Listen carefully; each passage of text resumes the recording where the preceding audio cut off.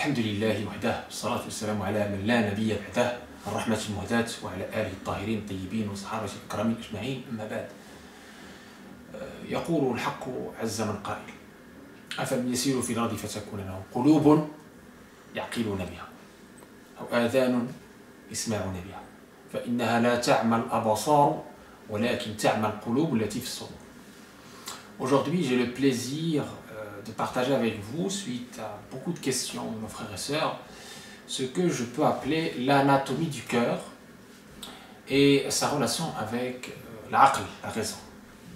De façon brève et précise, en se basant sur le travail de thèse, travail doctoral, et qui est basé lui-même sur de la bibliographie riche de notre patrimoine précieux, profond, spirituel, à partir justement déjà du texte scripturaire lui-même, c'est-à-dire le Coran, le Coran, et la Sunna. Sunnat al-Habib al-Mustafa alayhi salam. Tout d'abord, en introduction, il faut comprendre que l'islam a donné un rôle très important à la raison, l'aql. Il a fait de cela la motivation du jugement, ce qu'on appelle dans le droit islamique tklif, mukallaf, c'est-à-dire la personne responsable de ses actes. Évidemment, on ne peut pas concevoir d'être responsable de ses actes sans avoir ses capacités intellectuelles, c'est-à-dire aql, sa raison, qui n'est pas altérée.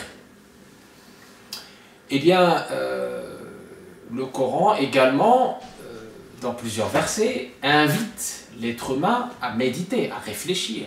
Donc cette capacité intellectuelle est intrinsèque, importante, puisque c'est avec elle aussi qu'on apprend cette science utile. Je rappelle que le premier verset qui a été révélé à Sayyidina Muhammad, c'est Iqra, lis, c'est-à-dire cette invitation à la science, d'où son importance capitale pour l'islam. Mais aussi le privilège, l'élection de l'être humain réside dans cette capacité à discerner, cette capacité à décider, à choisir, ce qu'on appelle dans les courants théologiques le libre arbitre. Le libre arbitre.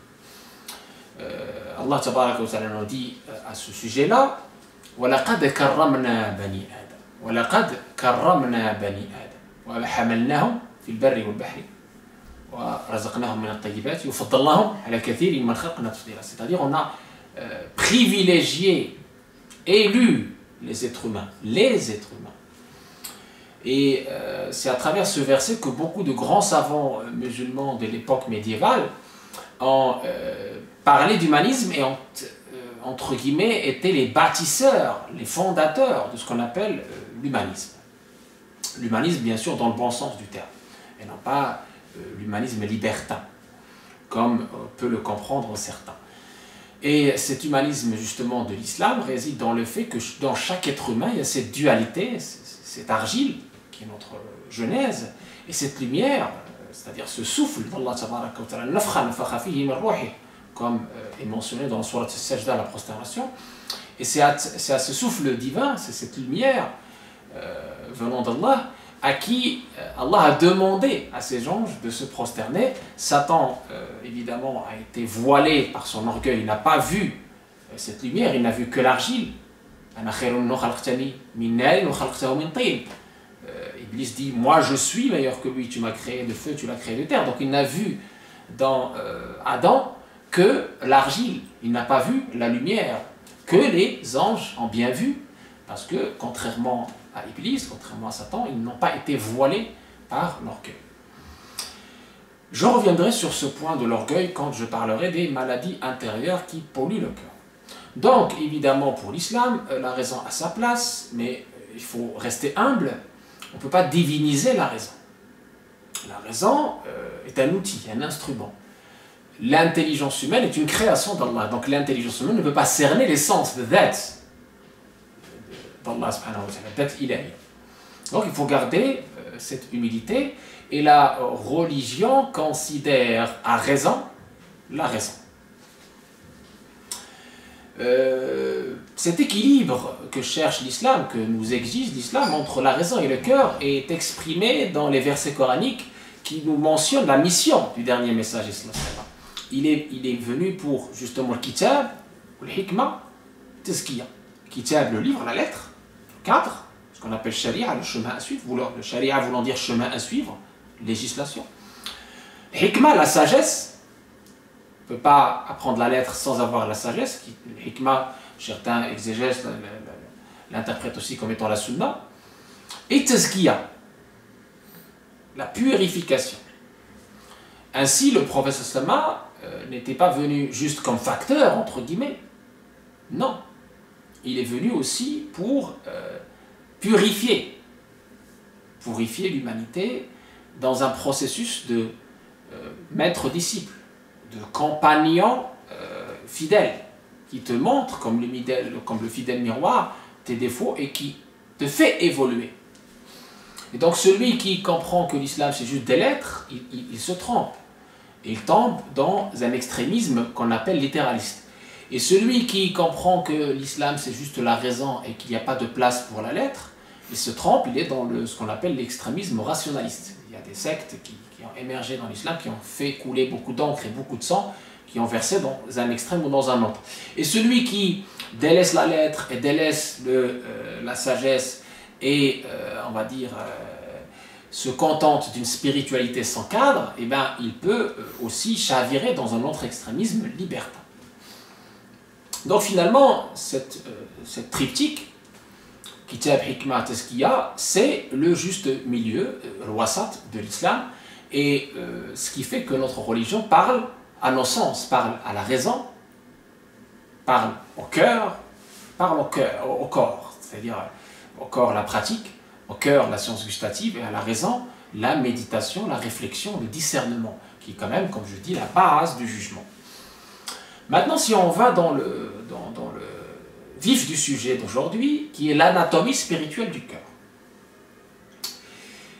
Vous avez des magnifiques ouvrages comme Kitab al-Farq de Hakim Tirmidhi, qui a été traduit en français, ou encore Le cœur intelligent de Hujjat al-Islam, prof de l'islam, Abu Hamid al-Ghazali, rahmatullahi alayhima, qui trace magnifiquement cette anatomie spirituelle du cœur à travers le Coran et la Sunna.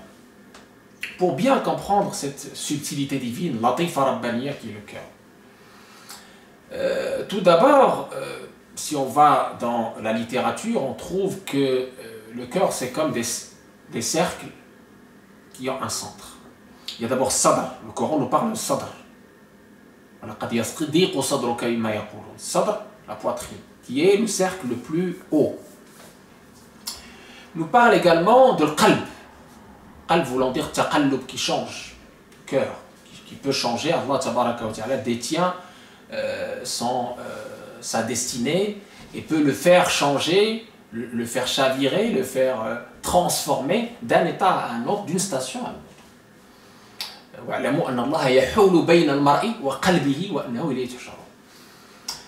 Et aussi, si on va encore plus loin dans les cercles, il y a le fu'ad, il y a le lub. Donc ce fameux petit cercle très restreint où évidemment personne n'a accès, y compris les anges. C'est Allah tabaraka wa ta'ala seul qui peut savoir ce qui est dans le fond des secrets de ce petit cercle, évidemment spirituel, qu'on ne voit pas, qui n'est pas matériel. Le Coran, dans les versets qui traitent de cet organe subtil, lui donne plusieurs fonctions, plusieurs tâches. Il nous parle d'un cœur intelligent, il nous parle d'un cœur qui réfléchit, il nous parle d'un cœur ouvert, d'un cœur fermé, d'un cœur aveuglé, d'un cœur dur, d'un cœur mort, tout simplement, etc., etc. Donc on va voir déjà les spécificités positives, ce qu'on appelle les spécificités positives du cœur. On a ce qu'on appelle le cœur grand et qui va de l'avant. Al-Munfasih, Al-Munsharih.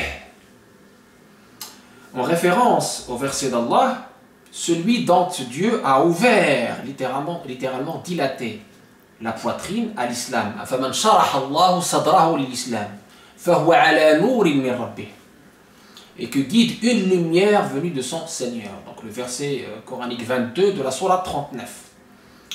Ensuite, toujours dans les spécificités positives, khawas al-ijabiya, nayira, du cœur, on a le cœur clairvoyant, mubsir.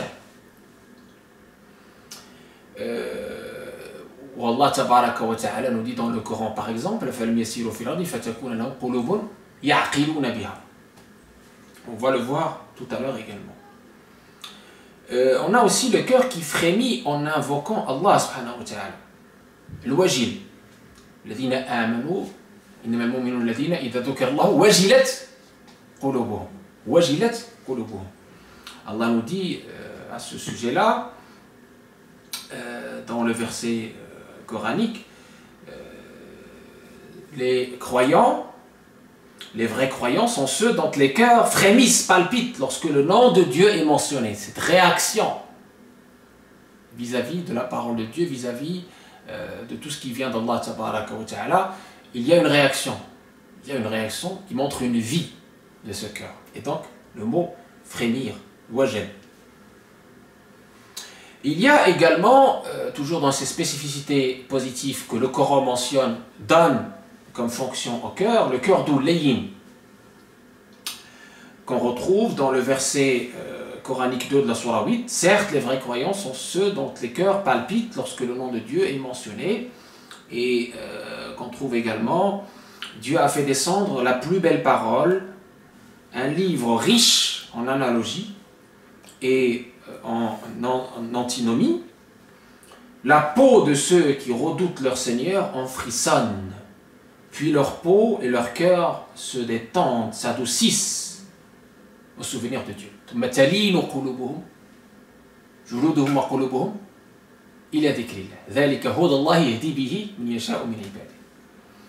On a aussi le cœur apaisé par l'évocation d'Allah subhanahu wa ta'ala, qu'on retrouve dans le verset coranique 29 de la sourate 13, ceux qui croient et dont les cœurs s'apaisent au souvenir de Dieu, n'est-ce pas, par l'invocation de Dieu que s'apaisent les cœurs. الذين آمنوا وتطمئن قلوبهم بذكر الله ألا بذكر الله تطمئن القلوب. On a aussi ce cœur aride ou épuré de tout ce qui, de toute attache finalement, qui s'appelle, qu'on peut traduire par al-ajrad, al-qalb al-ajrad, qu'on retrouve aussi dans le sens des cœurs qui battent pour Dieu, qui sont dans l'amour d'Allah tabaraka wa ta'ala, sans aucune autre attache, siwa.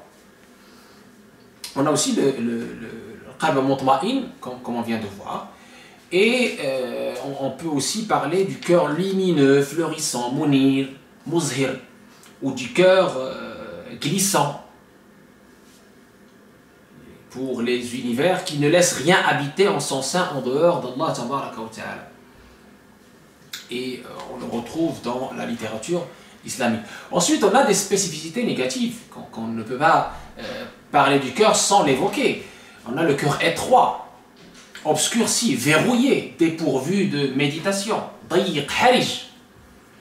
Allah tabaraka wa ta'ala nous dit, celui dont le cœur a été فمن شرح الله صدره للإسلام فهو على نور من ربه فويل للقاسية قلوبهم من ذكر الله. Dans ce sens-là, Allah tabaraka wa ta'ala nous dit, ne méditeront-ils pas sur le Coran à moins que leur cœur ne soit verrouillé, fermé. أفلا يتدبرون القرآن أم على قلوب أقفالها. Le verset coranique 24 de la sourate 47. أفلا يتدبرون القرآن أم على قلوب أقفالها. Ne méditent-ils pas le Coran à moins que leur cœur ne soit verrouillé, fermé. Donc ça fait partie des spécificités négatives du cœur, et on va voir que ces spécificités négatives évoluent jusqu'à finalement la mort de cet organe, qui est justement le réceptacle de la foi, comme on l'a dit, le réceptacle de la foi, mahat al-iman. Et là où cette lumière d'Allah tabaraka wa ta'ala habite pour qu'elle puisse illuminer tout le corps et lui donner le sens de la méditation, le sens de la vie spirituelle et le sens de la quête du sens, pour qu'il puisse croire la foi et cette lumière, cette subtilité qui est enfouie, enracinée dans le cœur. On a également dans ces spécificités négatives le cœur aveugle qui ne raisonne pas et ne comprend pas. En référence au verset coranique 46 de la Sourate 22 avec lequel j'ai introduit, n'ont-ils pas parcouru ces contrées à la terre afin que leur cœur médite et qu'ils tendent l'oreille pour s'informer? Ce ne sont pas les regards qui sont atteints de cécité, mais bien les cœurs enserrés dans les poitrines. Et dans un autre verset 179 de la Sourate 7, nous avons destiné à l'enfer un grand nombre de djinns et d'humains. Ils ont des cœurs avec lesquels ils ne comprennent pas. Donc le Coran donne ici au cœur une distinction, une faculté, une fonction qui est merveilleuse, magnifique, extraordinaire, qui est l'intelligence, la méditation. En plus de cette méditation gustative, l'intelligence spirituelle. On parlera désormais d'intelligence spirituelle. Retenez ce qualificatif, il est très important. Intelligence spirituelle. On a le cœur réfractaire quant à l'évocation de Dieu, sombrant dans l'inadvertance, l'insouciance. Qasi, lahi. En référence au verset coranique 2 de la Sourate 8, certes les vrais croyants sont ceux qui sont donc dans ce frémissement et qui ne sont pas dans le rafla et qui ne sont pas détournés de leur Seigneur. Donc ce cœur est présent. Allah nous dit, n'obéis pas à celui dont nous avons rendu le cœur insouciant envers notre rappel. Et il dit également, malheur à ceux dont les cœurs sont endurcis du rappel de Dieu. Ceux-là sont plongés dans un égarement manifeste. Verset 28 de la Sourate 18 également, où Allah nous dit de ne pas suivre celui dont le cœur est voilé par les passions. La Sourate Managhfalna. On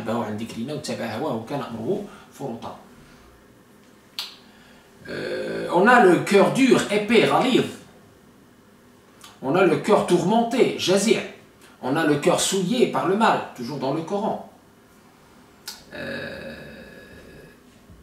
Allah nous dit par rapport à ces cœurs durs, par une miséricorde d'Allah, tu as été indulgent à leur écart. Si tu avais été un rude et dur de cœur, il se serait écarté loin de toi.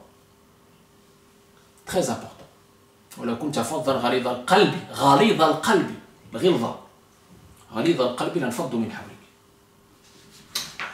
a enfin deux autres spécificités négatives du cœur, le cœur obscurci et fané,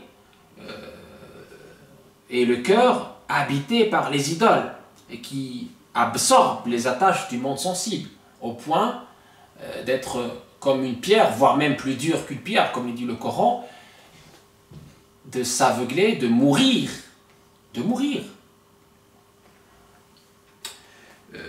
À ce sujet-là, Allah Tabaraka wa Ta'ala, dans plusieurs versets, nous donne des exemples de personnes sur qui on a scellé les cœurs. Et qui ont finalement eu cette mort, entre guillemets, psychique, spirituelle, qui ne réagissent plus à ce qui vient d'Allah Tabaraka wa Ta'ala. Alors après cette brève anatomie spirituelle du cœur, issue du Coran, je termine cette partie-là en évoquant la valeur et la position et la station et la grande importance du cœur dans la sunna du prophète sallallahu alayhi wa sallam. À travers deux hadiths essentiellement. Le premier, c'est dans le rapport de Muslim, dans son authentique, où il nous dit effectivement qu'Allah Tabaraka wa Ta'ala ne regarde pas vos formes extérieures, mais il regarde vos cœurs, et dans une autre version, vos cœurs et vos actions. Donc c'est le lieu du regard divin. Si je vous dis qu'un roi va rendre visite à votre maison, à votre demeure, eh bien vous allez tout faire pour la purifier, la nettoyer, l'encenser, etc., pour que ce roi qui vient vous visiter ne puisse voir que de belles choses. Et donc, si je vous dis qu'Allah regarde vos cœurs, et là, je me réfère au hadith que vous venez d'entendre, eh bien, vous devez évidemment être le plus scrupuleux par rapport à ce cœur et être le plus vigilant par rapport à ce cœur pour veiller à ce qu'il soit purifié de ces maladies intérieures et de ces souillures et de cette pollution qui peut le voiler de son Seigneur. On a également le hadith authentique du prophète où il nous dit Ala wa inna fil jasadi mudratan idha salahat salah al-jasadu kulluh wa idha fasadat fasada al-jasadu kulluh ala wa hiya al-qalb. Et il y a dans ce corps, nous dit le prophète, un morceau de chair, s'il est corrompu, tout le corps devient corrompu. S'il est sain, tout le corps devient sain. Il s'agit du cœur. Donc, les savants ont déduit de ce hadith que le cœur est le roi des membres.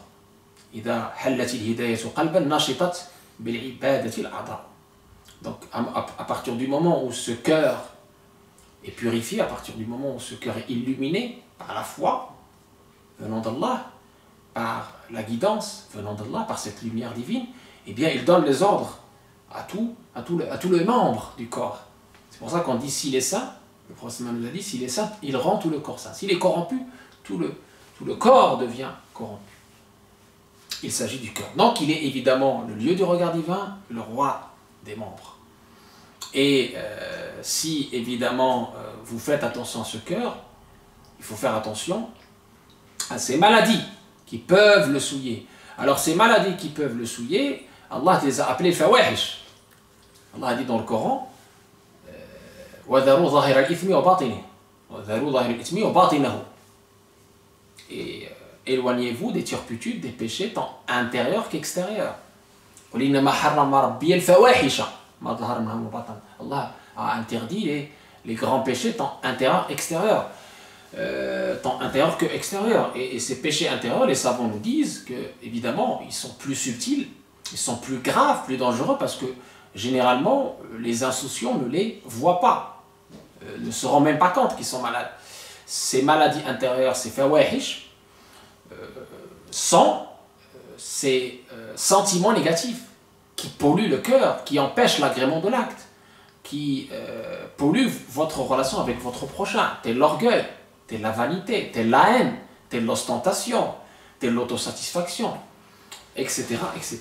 Donc ce sont évidemment des sentiments négatifs, des pollutions qui peuvent venir de l'extérieur, mais qui peuvent venir aussi de ce qu'on appelle l'âme charnelle, nefs al-ammara bis-su', dans son état bestial lorsqu'elle n'est pas éduquée, lorsqu'elle ne suit pas un processus d'éducation spirituelle. C'est ce qu'il y a dont on a parlé au début.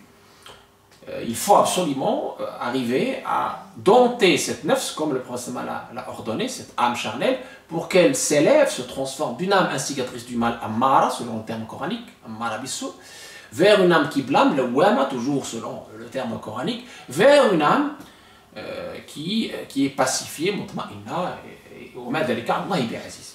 à travers évidemment la compagnie des maîtres spirituels.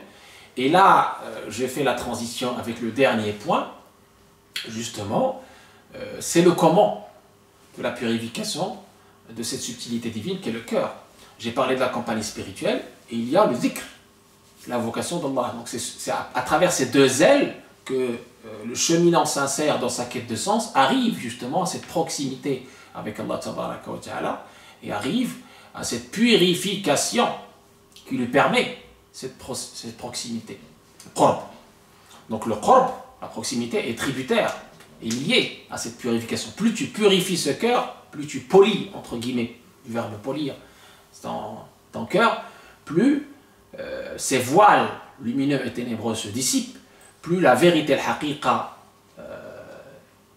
tu la vois plus clairement, avec la sagacité, le basira, et plus ta raison est connectée à ton cœur, ce qu'on appelle l'aql musaddad ou mu'ayyad, et non plus l'aql mujarrad, c'est-à-dire ta raison n'est plus une raison dénuée qui suit la passion.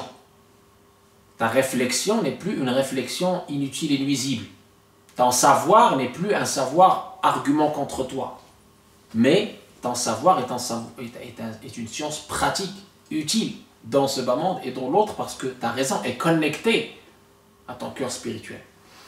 D'où cette thèse qui va faire en sorte que pour avoir un fiqh, une jurisprudence épurée, une jurisprudence indépendante, une jurisprudence lumineuse, une jurisprudence correcte, juste, et qui répond à chaque contexte avec justesse et avec équilibre, et qui répond aux besoins des êtres humains en tout temps et en tout espace, il faut cette connexion entre le cœur et la raison. Pour plusieurs de nos grands savants, je cite ici Cheikh Zarruq, je cite ici le juriste spirituel Mohammed al-Harraq, mort en 1845, je cite ici Ibn Ajiba, son aîné, ils ont dit que le vrai travail de réforme, entendez bien ici le mot réforme qui a été utilisé à tort et à travers, galvaudé, le vrai travail de réforme, nous dit-il, il y a déjà plusieurs siècles, nous dit, est celui qui vise le cœur, le dépositaire du refus et de l'acceptation. Le cœur, pour ces savants spirituels, le mot est bien choisi, savants spirituels, ulama rabbaniyoun, ulama amiloun, et de deux sortes, un cœur enveloppé par la lumière protectrice et un cœur possédé par une obscurité oppressante, c'est-à-dire possédé par le bas monde. Il est attaché à la vie éphémère, il court derrière, dunya, derrière la vie d'ici-bas, et il oublie l'au-delà. Le Hachid nous dit à ce sujet-là, le sommet des calamités qui voile, qui endurcit le cœur, c'est l'amour de ce bas monde et l'oubli de l'au-delà.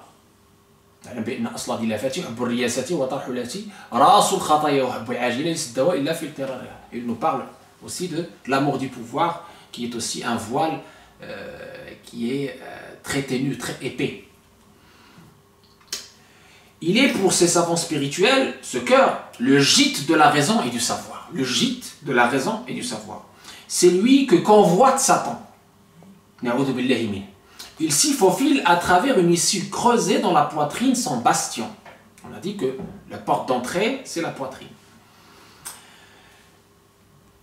L'envahit, il déverse ses troupes, qui le submergent de chagrin. Donc le chagrin fait partie de ces soldats du Satan pour t'amener au désespoir, pour t'amener à quitter l'obéissance vers la désobéissance. Et donc pour le submerger de chagrin, de peine et de soucis. Le cœur saturé d'angoisse se voit privé de magnificence, de la soumission à Allah et de la joie que procure l'adhésion à cette belle religion et l'élévation vers l'ihsan, l'excellence. Islam, iman, ihsan. À l'opposé, si on arrive à chasser cet ennemi qui est Satan et l'âme charnelle, deux ennemis invisibles, c'est pour ça que nos savants ont appelé ça le grand jihad. On en a déjà parlé, on a déjà discuté de cette nuance et de cette subdivision. Parce que cet ennemi est invisible justement et il est avec toi en tout temps, en tout espace, de bout en bout, de ta puberté jusqu'à ta mort. Eh bien, à l'opposé, si on arrive à chasser cet ennemi, avant qu'il ne prenne place dans le cœur, celui-ci sera en sécurité. L'angoisse disparaît, il s'apaise et peut alors s'adonner au devoir de la dévotion.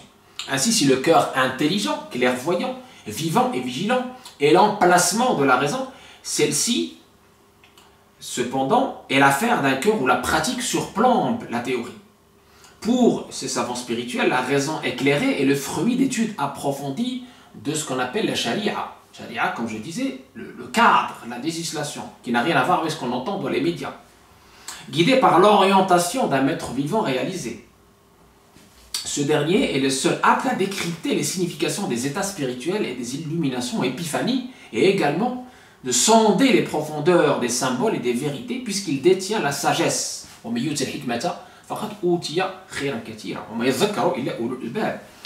C'est-à-dire ce savoir intérieur, ce savoir ladoni venant de Dieu. Puisque ce savoir intérieur, cette intériorité est la quintessence de toute chose. Et l'exotérisme n'en est que l'écorce. Il est évident que l'important dans toute chose se trouve dans la quintessence et non dans l'écorce. Quant à la science, elle est le dépôt de Dieu dans les cœurs qu'il faut préserver. Toute négligence aboutira à la suppression de la quintessence. Ainsi, seule l'écorce inutile subsistera. Ce que je viens de vous lire ici rapidement, c'est un extrait des lettres de Mohammed al-Harraq, mort en 1845, qui nous démystifie les rôles du cœur et la relation avec la raison pour une jurisprudence fiqh, épurée de toute attache et pour arriver, réaliser un fiqh indépendant, qui n'est pas sous la pression de l'âme charnelle et corrompu par l'éclat de ce bas monde et par les sirènes du pouvoir ou d'autres souillures matérielles. Toute négligence aboutira à la suppression de la quintessence, ainsi sur les corps, c'est inutile, subsistera. Pour éviter ces méfaits, les maîtres spirituels exigent la compagnie d'un maître éducateur, médecin des cœurs, et on fait une obligation à caractère individuel, fardu ayn, pour celui qui veut arriver à l'ihsan, pour celui qui veut vraiment arriver à l'excellence et purifier ce cœur et battre cet ennemi invisible finalement. Puisqu'il est le seul capable de détecter les maladies du cœur et les guérir. Si et seulement si tu es sincère, la dot ici est la sincérité, ta sincérité.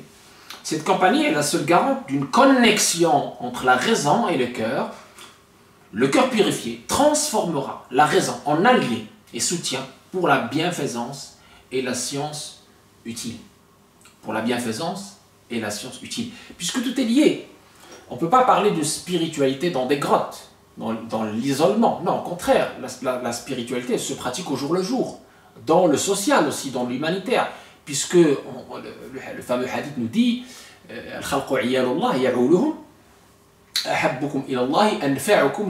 le plus aimé à Allah tabaraka wa ta'ala est le plus utile à ses créatures. Donc finalement la spiritualité est l'invocation, mais aussi l'action vers l'autre, l'action désintéressée qui part d'un amour désintéressé pour l'autre, pour Dieu. Et donc quand on est connecté à cette vérité, eh bien on ne peut qu'avoir cette transformation tout intérieure pour finalement arriver à cette âme apaisée, nafs mutma'inna, qui n'est plus comme l'a été l'âme charnelle, nafs al-ammara, l'allié du diable, mais l'allié de l'esprit ruh qui vient d'Allah, cette lumière, et donc elle va naturellement s'orienter vers la lumière, et donc elle va avoir de l'amour d'Allah tabaraka wa ta'ala, de l'amour du prophète, de l'amour de tout ce qui est relié à Allah tabaraka wa ta'ala, et du goût dans cette obéissance, dans cette adoration. On va ressentir ce bonheur intérieur, cette jouissance toute intérieure à adorer Allah. La prière, comme on en a parlé la dernière fois, ne sera plus une corvée. Au contraire, elle sera un apaisement. Ce sera évidemment un bonheur tout intérieur. On ressentira cette concentration, cette présence, ce bonheur dans la prière et dans tous les actes d'adoration. Ce sera évidemment fait avec justement amour et non pas avec peine. On affirme aussi que Dieu dirige vers les cœurs de ses adorateurs un même regard. Il en résulte cette lumière de guidance venant de la miséricorde d'Allah. Il nous a dit dans le hadith qu'il a laissé une seule ici sur terre et 99 il l'a réservé pour l'au-delà. Et cette miséricorde infinie d'Allah tabaraka wa ta'ala, c'est elle qui a fait que aujourd'hui le da'iya appelle à Allah tabaraka wa ta'ala par amour pour toi. Et sur la trace de la miséricorde envoyée aux univers qui était Sayyiduna Muhammad sallallahu alayhi wa sallam. Le Coran l'a appelé miséricorde envoyée aux univers parce qu'il ne se lassait pas dans sa da'wah. Malgré les hostilités, malgré l'adversité, malgré les persécutions, il n'a pas prié contre ses ennemis, il a persévéré dans ce que j'appellerais le dua positif. L'invocation pour ces gens-là, pour qu'Allah les guide. Et ça a transformé les cœurs de ses ennemis en amis intimes, en amoureux du prophète sallallahu alayhi wa sallam. Le cœur qui arrive finalement à se débarrasser des vestiges, des perceptions imposées au corps par le monde extérieur, par les mauvaises fréquentations, par toute cette pollution, accédera au discernement. Ses connaissances s'élargissent et l'assistance divine s'y affirme et l'inonde de ses lumières. C'est pour ça que Sulayman Darani nous a dit à ce sujet-là, إذا اعتادت النفوس على ترك الآثام جالت في الملكوت ثم عادت لصاحبها بطرائف الحكم من غير أن يؤدي إليها أو يفضي إليها علم علما. Quand tu es dans cette piété, dans cette crainte révérentielle, taqwa, taqullah bi'allimukum Allah, Allah t'enseigne une science que tu ne trouveras pas dans les livres. parce qu'elle vient de lui, l'Adoni. Et c'est pour cela qu'il faut qu'on surveille ce cœur, comme on surveille, plus même qu'on surveille les biens les plus précieux. Surveiller comment? En étant vigilant que dans ce cœur ne réside pas, n'habite pas autre chose que Allah. Qu'on ne soit pas attaché aux bassesses, aux futilités de ce bas monde. Et que dans ce cœur, il puisse y avoir l'amour et non pas la haine. La miséricorde et non pas la dureté. Les qualités de Sayyiduna Muhammad, la magnanimité, la patience, sabr, la paix intérieure, la quiétude, la sérénité, le fait d'aimer le bien pour ton prochain, au lieu de la haine, au lieu de la jalousie, l'envie, etc. etc. Et on espère, on demande à Allah de nous donner des cœurs orientés, des cœurs illuminés par la foi, par l'iman, et de sortir nos cœurs de toute insouciance, de toute distraction, et faire en sorte, Inch'Allah Rahim, qu'on soit dans le chemin de la purification. Allahumma ati nufusana taqwaha wa zakkiha anta khairu man zakkaha anta waliyuha wa mawlaha. Allahumma ya arhamar rahimin tahhir qulubana min kulli wasfin yubaiduna an mahabbatika wa amitna ala sunnati wal jama'ati wa shauqi ila liqa'ika ya dhal jalali wal ikram wa akhiru da'wana anil hamdulillahi rabbil alamin.